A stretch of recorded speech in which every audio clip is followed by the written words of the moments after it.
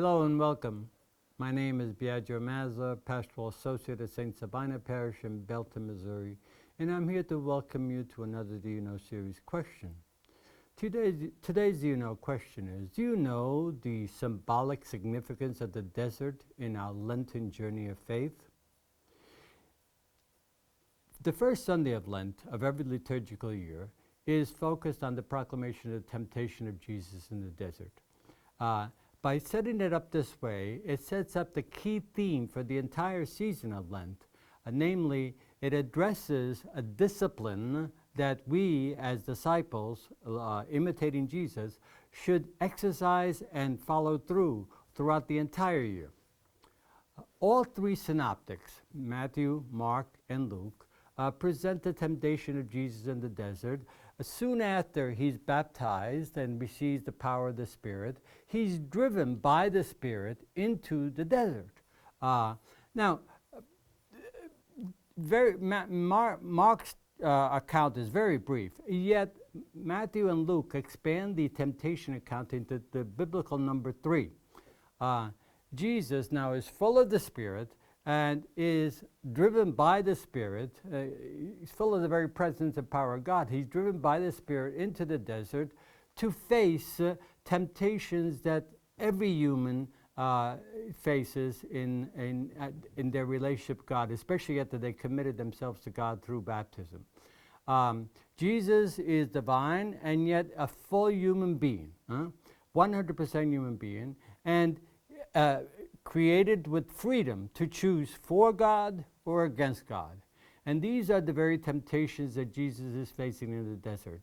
Will he use the powers that have been given and who he is? Will he use that freedom to choose for God or against God?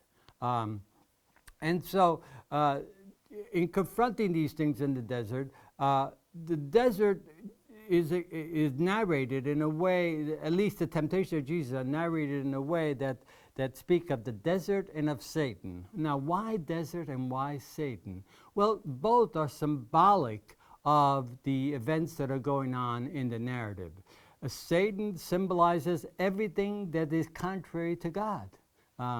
Whereas the desert presents a place of isolation, removed from all distractions, all those things that we can rely on, a place where temptations and doubts can surface, and yet it also has the potential of really being a place of renewal and deeper commitment to choosing your freedom to choose for God, a place of reflection on what is important in life and what are the values that I hold and so on. So the desert provides an opportunity to place our trust and confidence in God, especially when we're stripped of all those things that we can rely on or think we can rely on for our confidence in life. Jesus' ancestors, the Jewish ancestors, traveled through the desert for 40 years, and they all failed in their doubts and temptations with regards to the Lord, even though the Lord had provided for them all along the way. They failed to do that. The dramatic tension of the temptation of Jesus is, will Jesus also fail in his temptations? And so on. So this is the dramatic narrative that's set up in the temptations of Jesus in the desert. Now, Jesus is tempted in 3 ways, or 3 temptations that are integral, if you want to put it that way, to all human temptations, to all humans.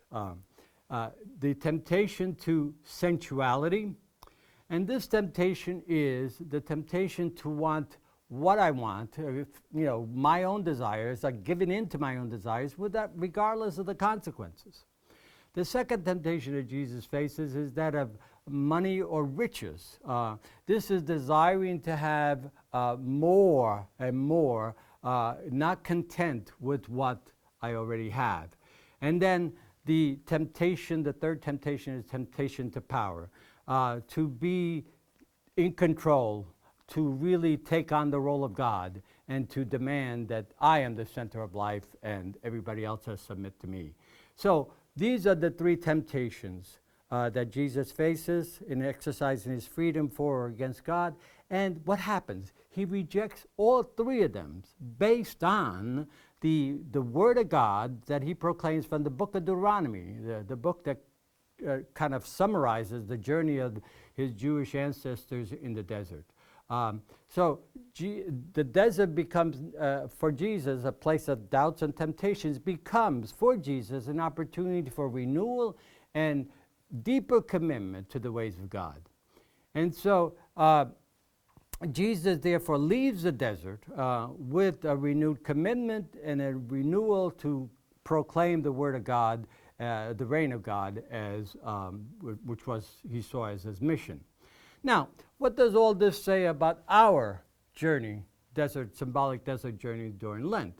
Well, I believe the Lenten experience, the symbolic desert Lenten experience that we go through, provides us, again, an opportunity to recommit ourselves and renew ourselves to the ways of God by driving out all those temptations to sensuality, to money and riches, to power and all that, to drive all that out and really renew ourselves through this whole process of Lent, recommitting ourselves once again to our baptismal call, which is to exercise our freedom for God and not against God. And so ultimately, Lent provides that opportunity, that desert experience that provides that opportunity for renewal and recommitment. And again, it provides the whole notion. Lent becomes a focus or highlights for us what should be going on throughout our liturgical year, throughout every year, that we as human beings choose to exercise our freedom for God and not against God.